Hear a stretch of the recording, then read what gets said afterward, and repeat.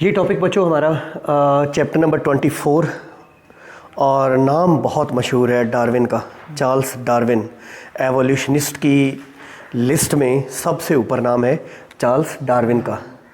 ये जो मैंने टाइटल लिखा है ना, मे बी हमारी बुक में ना हो, ये इनकी थ्योरी का नाम है, theory of evolution bye means of natural selection. Theory of evolution bye means of natural selection. बच्चों, चार्ल्स डार्विन और ग्रेगर मेंडल, इन दोनों का लाइफ स्पैन सेम था, मीन्स कंटेम्प्रेरी साइंटिस्ट थे, है ना। ये 1809 से 1882 और उनका क्या था 1822 से 1884। हम असर साइंसदान थे। सो हम आखिर में ना देखेंगे नियो डार्विनिज्म में कि इन दोनों साइंटिस्ट के कामों को मिलाकर एक नियो डार्विनिज्म, एक नई थ्योरी भी बनाई गई। दो साइंटिस्ट कौन से? Darwin and Mendel. बच्चों, इन्होंने बुक लिखी थी on the origin of species, on the origin of species. Shafqat साहब, स्पीशीज़ की इब्तदा कैसे हुई इस पर, ठीक है ना। अच्छा, डार्विन का वाइज क्या होता है? बहरी सफ़र, बड़ा मशहूर है। 1831 से 1836 5 सालों के दौरान इन्होंने, ये कैम्ब्रिज यूनिवर्सिटी का एक एक्सपीडिशन था, एक मुहिम जुई थी जिसमें इन्होंने वर्ल्ड मैपिंग करनी थी, उसमें ये भी शामिल थे। इन्होंने बड़ी इम्पॉर्टेंट चीज़ें कलेक्ट की, बड़े फॉसल्स कलेक्ट किए, नोट्स बनाए, इंफॉर्मेशन कलेक्ट की। उन्हीं एविडेंसेस, उन्हीं नोट्स की बेस पर इन्होंने ये थ्योरी डिज़ाइन की थी जिसको theory of evolution bye means of natural selection कह रहे हैं। बच्चों, ये जो इनका बहरी सफ़र था ना, ये HMS बीगल, एक बहरी जहाज़ का नाम है, उस पर था, हिज मेजेस्टी शिप बीगल। ये जहाज़ का नाम क्यों मेंशन किया गया है बुक्स में? इसलिए बच्चों कि ये बड़ा इंपॉर्टेंट कारनामा हुआ थ्योरी ऑफ एवोल्यूशन वाला। तो जिस जहाज़ पर सफ़र के ज़रिए सरजद हुआ, उस जहाज़ का भी तज़किरा होना चाहिए, ठीक है ना।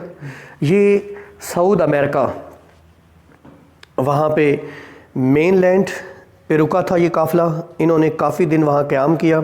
वहाँ पे इन्होंने बहुत सारे फ्लोरा और फाना देखे। पता है फ्लोरा क्या होता है? किसी इलाके के पौधे। और फाना क्या होता है? किसी इलाके में पाए जाने वाले जानवर। तो मेन लैंड जो साउथ अमेरिका की थी, एक मेन लैंड होता है, एक आई लैंड होता है। तो मेन लैंड पे जो फ्लोरा और फाना था उसे भी ऑब्ज़र्व किया डार्विन ने।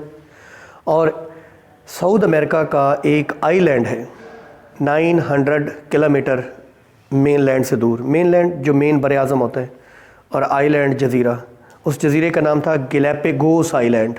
वहाँ पे भी इन्होंने 1 महीना क़याम किया था। बच्चों, गैलापागोस लफ्ज़ का लफ्सी मतलब टार्टॉइज़ है, कछवा है। वहाँ पे बड़े बड़े कछवे थे, तो उसी से इस जज़ीरे का नाम भी था। बात समझे बच्चों? साउथ अमेरिका मेन लैंड पे जब डार्विन का क़याम था तो इन्होंने ऑब्ज़र्व किया कि वहाँ का फ्लोरा और फाना यूरोप के फ्लोरा और फाना से डिफरेंट था। डार्विन खुद कहाँ से थे? इंग्लैंड यूरोप में है। यूरोप के फ्लोरा और फाना से डिफरेंट। आप यहाँ पे है ना, आप शुमाली इलाका जहाँ चले जाए ना, वहाँ पे और तरह के दरख्त आपको मिलेंगे जो इधर नहीं है। वहाँ पे एनिमल्स भी डिफरेंट होंगे हमसे, ठीक है जी। ये कैसे हुआ? डार्विन के ज़हन में ये बात आई। बच्चों, बात समझी? फिर मेन लैंड साउथ अमेरिका से कुछ फॉसल्स कलेक्ट किए डार्विन ने। जो सोचने की बात है, मेन लैंड पे जो मौजूदा जानवर और पौधे थे ना, उनके फॉसल्स उनसे डिफरेंट थे। क्या ज़हन में आता है? चेंज हुई है, तब्दीली आई है। वो जो पाकिस्तान में आई उस तरह की नहीं, ठीक है। यानी चेंज ओवर टाइम होता है, वक्त के साथ साथ चीज़ें बदलती हैं। बच्चों, समझ आई? तो गैलापागोस आइलैंड पे भी फ्लोरा और फाना देखा। गैलापागोस आइलैंड का जो फ्लोरा और फाना था ना, वो दुनिया में और कहीं नहीं था। या गैलापागोस आइलैंड पे था, या करीबी कुछ आइलैंड्स पे वो जानवर थे। है ना हैरानी की बात?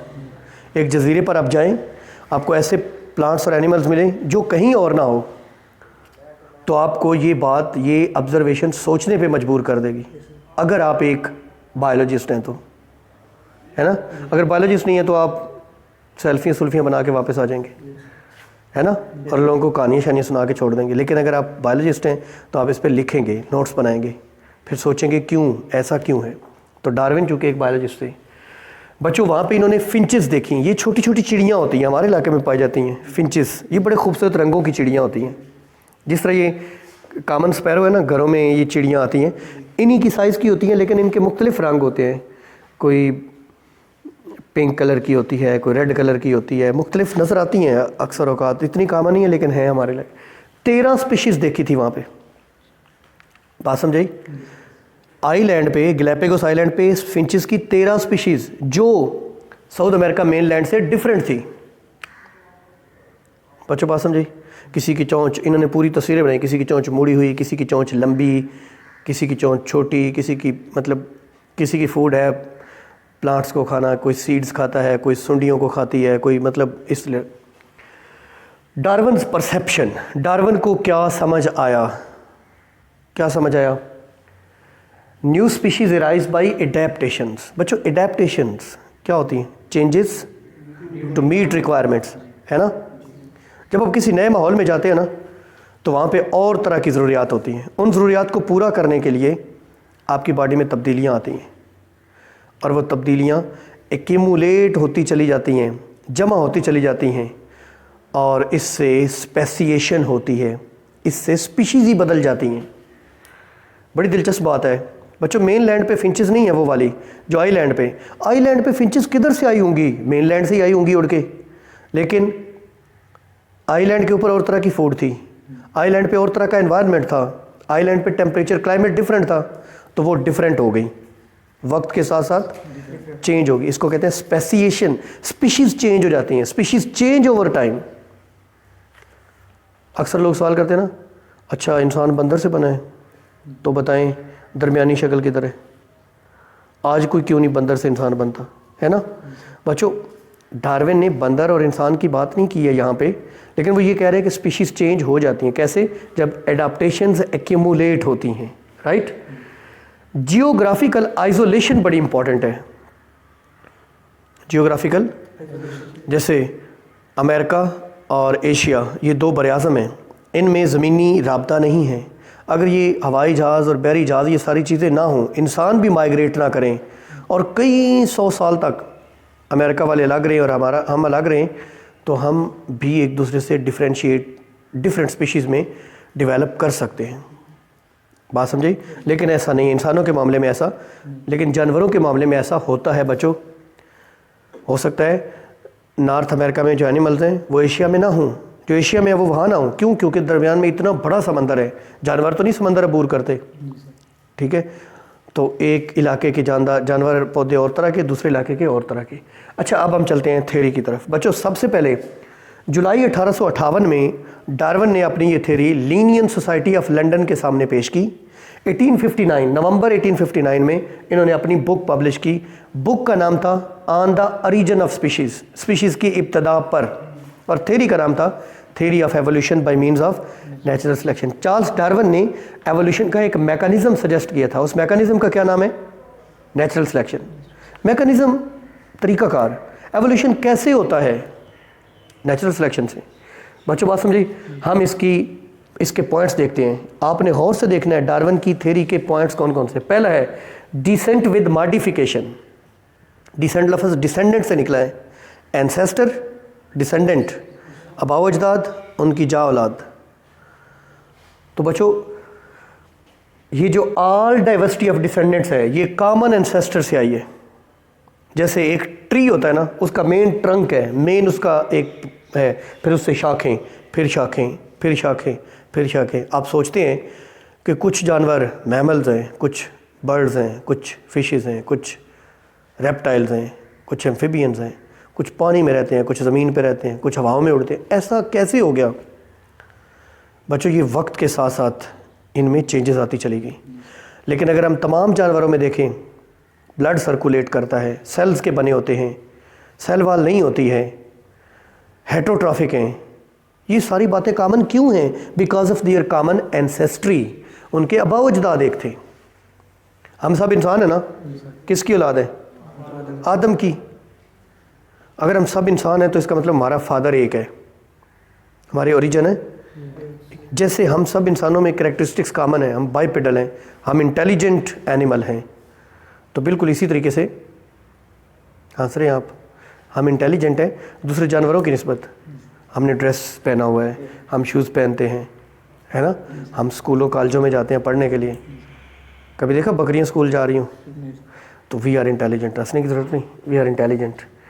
आई एम इंटेलिजेंट, आपको पता नहीं। बच्चों, नेचुरल सिलेक्शन दूसरा पॉइंट इनका। पहला क्या था? डिसेंट विद, दूसरा नेचुरल सिलेक्शन।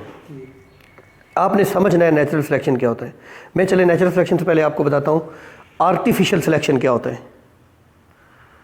हमारे पास एक नीली नस्ल की भैंस है, एक रावी नस्ल की भैंस है। एक दूध अच्छा देती है, एक का गोश्त ज़्यादा होता है। दोनों का क्रॉस ब्रीड करवा दिया। जो नई भैंस पैदा हुई उसमें दोनों खूबियाँ थीं, उसको कहा नीली रावी भैंस। ये है आर्टिफिशियल सिलेक्शन। बच्चों, कबूतरों की इतनी सारी किस्में हैं। डार्विन ने पिजन्स का जिक्र किया बाकायदा अपनी बुक में। ये कबूतरबाज है कोई? ठीक है, अच्छा, कबूतर रखे हुए? कबूतरों की बड़ी इकसाम होती हैं, पता नहीं, मुझे तो नाम भी नहीं आते। ढेर सारी किस्में होती हैं कबूतरों की। तो ये कैसे होता है? ये ब्रीड से होता है। ये कुत्तों की लोग पैदा करवाते हैं ना, बिच जो है वो एक नस्ल की, डॉग दूसरी नस्ल का, क्रॉस ब्रीड करा के कोई मिक्सचर पैदा कर लिया। होते हैं ना ऐसे। जिन लोगों ने कुत्ते रखे थे उनसे पूछना, इसका फादर वो फलां नस्ल के था, है ना, बघियाड़ी कुत्ता। बच्चों, बघियाड़ भेड़िए को कहते हैं। भेड़िया जो होता है ना, वोल्फ, और इस बघियाड़ी कुत्ता, दे आर जस्ट सिमिलर, क्योंकि ये उससे डेवलप हुआ है। समझ आई? ये डोमेस्टिकेटेड है और वो वाइल्ड है, ये फ़र्क है। ये है आर्टिफिशियल सिलेक्शन। अगर आर्टिफिशियल सिलेक्शन एक नस्ल दो नस्लों तक इतनी चेंज ला सकती है, तो नेचर तो करोड़ों सालों सदियों पर मुहित एक लंबा अमल है, तो उससे ये चीज़ें चेंज क्यों नहीं हो जाती? अब देखो ना, कुछ जंगली पौधे होते हैं, कुछ हमने डोमेस्टिकेट कर लिए, यानी हमने गंदम काश्त की है, हमने चावल काश्त किया, मकई काश्त की, लेकिन अंदर जो उगाता है वो हमने नहीं काश्त किया होता। ये गंदम, चावल और मकई हमने डोमेस्टिकेट किए हैं। पहले ये वाइल्ड ही थी, पहले ये भी जंगली थी, खुदरो थी, खुद ही उगती थी। फिर हमने क्या किया, 5000 साल कबल एग्रीकल्चर डिस्कवर। ये है बच्चों आर्टिफिशियल सिलेक्शन। अगर आर्टिफिशियल सिलेक्शन थोड़े से वक्त पर मुहित इतनी चेंज आ सकती है, तो नेचुरल सिलेक्शन तो करोड़ों सालों पर मुहित एक लंबा अमल है, इससे भी चीज़ें चेंज होती हैं। तो देखिए, जानदारों में वेरिएशंस होते हैं, कुछ तगड़े होते हैं, कुछ कमज़ोर होते हैं। समझ आई? कुछ जानवरों में ना जो फीमेल होती है ना, वो ताकतवर मेल के साथ ब्रीड करती है। आप कुत्तों को देख लें, 10-15 कुत्ते पीछे लगे होते हैं। एक जो ताकतवर होता है ना, बाकियों को भगा के वो क्रॉसमेट करता है, उसकी नस्ल चलती है। जिनको मौका नहीं मिलता उनकी नस्ल वाइप आउट हो जाती, ख़त्म हो जाती। आप मिसाल ले सकते हैं बच्चों, पीकॉक्स जो होते हैं, मोर जो होते हैं, पूरा एवोल्यूशन है पीकॉक्स। जो जो जो पी एन होती है ना, वो जिसकी टेल खूबसूरत होती है उसके साथ ब्रीड करती है, तो खूबसूरत टेल वाले मोर पैदा होते चले गए। और ये उनका ट्रेट, वेरिएशन है जानदारों में, और वेरिएशंस हैं बच्चों। डार्विन कहते हैं ओवर प्रोडक्शन होती है, जानदार बहुत तेज़ी से बढ़ते हैं, इनकी नस्ल बहुत ज़्यादा, आबादी ज़्यादा होती है। समझ आई? जानदार देखो ना, आप अपने परदादा से शुरू कर लें, फिर आपके दादा, फिर आपके अब्बू, दादा आपके 3-4 भाई, फिर आपके अब्बू 3-4 भाई, और दादा के भाइयों के 3-3, 4-4 बच्चे, फिर आपके अब्बू जो हैं वो 3-4 भाई हैं, आप 3-4 बहन भाई, फिर आपके चचा के 3-4 बहन भाई। तो देखें, इसको बोलते हैं मतलब बहुत ओवर प्रोडक्शन हो रही है। लेकिन बच्चों, रिसोर्सेज इतने नहीं हैं। आपके दादा थी 10 किले ज़मीन, आपके अब्बू 2 भाई थे 5 एकड़, अब आप 5 भाई हैं 1-1 एकड़। रिसोर्सेज क्या हो रहे हैं? कम। जब रिसोर्सेज कम होते हैं और अब पॉपुलेशन ज़्यादा बढ़ती है, डार्विन कहते हैं स्ट्रगल फॉर एग्जिस्टेंस होती है। एग्जिस्ट करना, सरवाइव करने के लिए जानदारों को स्ट्रगल करनी पड़ती है। बच्चों, जब रिसोर्सेज कम हो और पॉपुलेशन ज़्यादा हो, तो स्ट्रगल फॉर एग्जिस्टेंस करनी पड़ेगी, कंपटीशन अराइज होगा। What is competition? When 2 different organisms use same resource, सुन लें, that resource is insufficient for both of them, उन दोनों के लिए नाकाफ़ी हो, देन कंपटीशन अराइज। समझ आई? अली हमजा खाते हैं 2 रोटियां, समीला खाते हैं 3 रोटियां, कितनी हो गई? रोटी हो 1 और दोनों को इकट्ठी दी जाए, what will they do? They will compete with each other, है ना। हो सकता है ये कोई बातचीत कर ले, लेकिन ये बात नहीं करेंगे, he will be very rapid in doing the process. बच्चों दोनों की नीड टोटल कितनी है 5, लेकिन अवेलेबल कम है। तो जब दो जानदार सेम रिसोर्स इस्तेमाल करें और वो रिसोर्स उन दोनों की कलेक्टिव नीड के लिए कम हो, तब कंपटीशन होता है। और तब बच्चों सर्वाइव कौन करता है? Survival of fittest. फिटेस्ट जो होता है ना वो सर्वाइव करता है, जो कंपटीशन जीत जाता है। मैंने आपको डॉग्स की एग्जांपल दी। जो फाइटर होगा वो मेट करेगा, उसके बच्चे पैदा हो जाएंगे। जो वो फाइट हार जाएंगे, उनके बच्चे पैदा नहीं होंगे, उनकी नस्ल ख़त्म हो जाएगी। बात क्लियर हुई कि नहीं? सर्वाइवल ऑफ फिटेस्ट का क्या मतलब है? किसी भी किस्म का कंपटीशन हो, मैं फूड की बात कर रहा हूँ, मीटिंग की बात कर लें, इलाके की बात कर लें, समझिए बात। तो सर्वाइव वो करेगा जो सबसे बेस्ट होगा। ये है नेचुरल सिलेक्शन। नेचर किसको सिलेक्ट करेगी? जो बेहतर compete करेगा, जो विनर होगा, नेचर उसके साथ होगी। बच्चों ये दुनिया जो है ना, ये नेचर है, और नेचर उसको सपोर्ट करती है जो अच्छा फाइटर है, जो अच्छा हार्ड वर्कर है, जो अपने लिए रिसोर्स खुद पैदा करता है, जो कंपटीशन जीतता है। समझिए बात। एक अच्छा पहलवान है और एक शफाकत है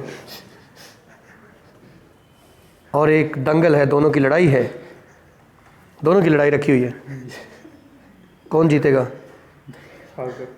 शफाकत है। आपकी मोहब्बत है शफाकत के साथ, आपने उस पहलवान से शफाकत को मरवाना है अगर आप लड़ाई कराएंगे तो बच्चों पहलवान क्यों जीतेगा? क्योंकि वो फिटेस्ट था, उसने अपने अंदर वो चीज़ें पैदा कर ली थी जो विन करने के लिए ज़रूरी थी। समझिए, ये है सर्वाइवल ऑफ फिटेस्ट। अपने अंदर वो कैरेक्टरिस्टिक्स जानदार पैदा कर लेते हैं जो उनकी बका को यकीनी बनाते हैं, जो उनको दूसरों से मुमताज़ करते हैं, डिस्टिंग्विश करते हैं, डिफरेंट करते हैं, उनको दूसरों से बेहतर साबित करते हैं, वो सिलेक्ट हो जाते हैं। समझ आई बच्चों? एक है नियो डार्विनिज्म, जिसको मॉडर्न सिंथेसिस कहते हैं। नियो डार्विनिज्म, देखो ना, नियो का मतलब न्यू।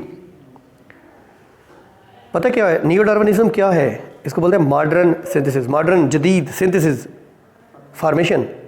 एक नई थ्योरी बनाई गई है बच्चों 1930s में, 1930 की दाई में डार्विनिज्म को मेंडलिज्म के साथ लिंक किया गया। पता क्या? डार्विन बात करते हैं वेरिएशंस के, जानदारों में वेरिएशंस होते हैं। मेंडल की जेनेटिक्स पढ़ने के बाद उन वेरिएशंस की जेनेटिक बेसिस फाइंड की गई। नहीं समझ आई? डार्विन जो वेरिएशंस की बात करते हैं ना, जानदारों में वेरिएशंस होते हैं, उनकी जेनेटिक बेसिस फाइंड की गई। किसकी मदद से? और इन दोनों मेंडल के लॉज और डार्विन की थ्योरी को यकजान करके एक नई थ्योरी बनाएगी, जिसका नाम क्या था? नियो डार्विनिज्म, जिसका नाम था मॉडर्न सिंथेसिस। बच्चों इसको सिंथेसिस क्यों कहते हैं? क्योंकि ये किसी एक बंदे की काविश नहीं है, इसको बनाया गया है। कितने? पैलेंटोलॉजी से हेल्प ली गई है। Palaeontology study of fossils, taxonomy से हेल्प ली गई है, study of classification, father of taxonomy Carolus Linnaeus. Biogeography से हेल्प ली गई है। Distribution of animals, distribution of living organisms over the earth is called biogeography. Ecology, study of interaction of environment and their and organisms, उससे help ली गई है। बच्चों ethology, study of ethics, study of behaviour, हम पढ़ते हैं ना learning behaviour और दूसरे बिहेवियर्स, इनेट बिहेवियर्स, वो इथोलॉजी है ना, स्टडी ऑफ बिहेवियर। फिर बच्चों पॉपुलेशन जेनेटिक्स, हमने एक जीन पूल टर्म पढ़ी चैप्टर 22 में। पॉपुलेशन के अंदर कैसे चेंजेस आती हैं, जीन्स कैसे काम करती हैं एक पॉपुलेशन के अंदर। बच्चों इन सारी चीज़ों से हेल्प लेके एक नई थ्योरी सिंथेसाइज की गई, जिसको मॉडर्न सिंथेसिस या जिसको नियो डार्विनिज्म कहते हैं। हमारी बुक में डार्विनिज्म से रिलेटेड जो जो बातें थी वो यही थी।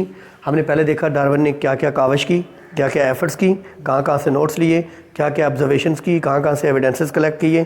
देन बच्चों थ्योरी के दो main points, descent with modification and natural selection. Natural selection के आगे हैं वेरिएशंस है, ओवर प्रोडक्शन है, ठीक है, कंपटीशन फॉर सर्वाइवल है, सर्वाइवल ऑफ फिटेस्ट है, और नेचुरल सिलेक्शन है, और नियो डार्विनिज्म फाइनली। बच्चों बात समझी, ये इसमें शामिल है। एक आखिरी बात, वालस एक साइंटिस्ट हैं, उनकी और डार्विन की थ्योरी 1858 में इकट्ठी पेश हुई थी लिनियन सोसाइटी को, लेकिन थ्योरी किसके नाम गई थी? डार्विन के, क्योंकि इनके पास एक्सपेरिमेंटल एविडेंस थे और वालेस के पास सिर्फ थ्योरेटिकल नॉलेज था। This is all about this topic.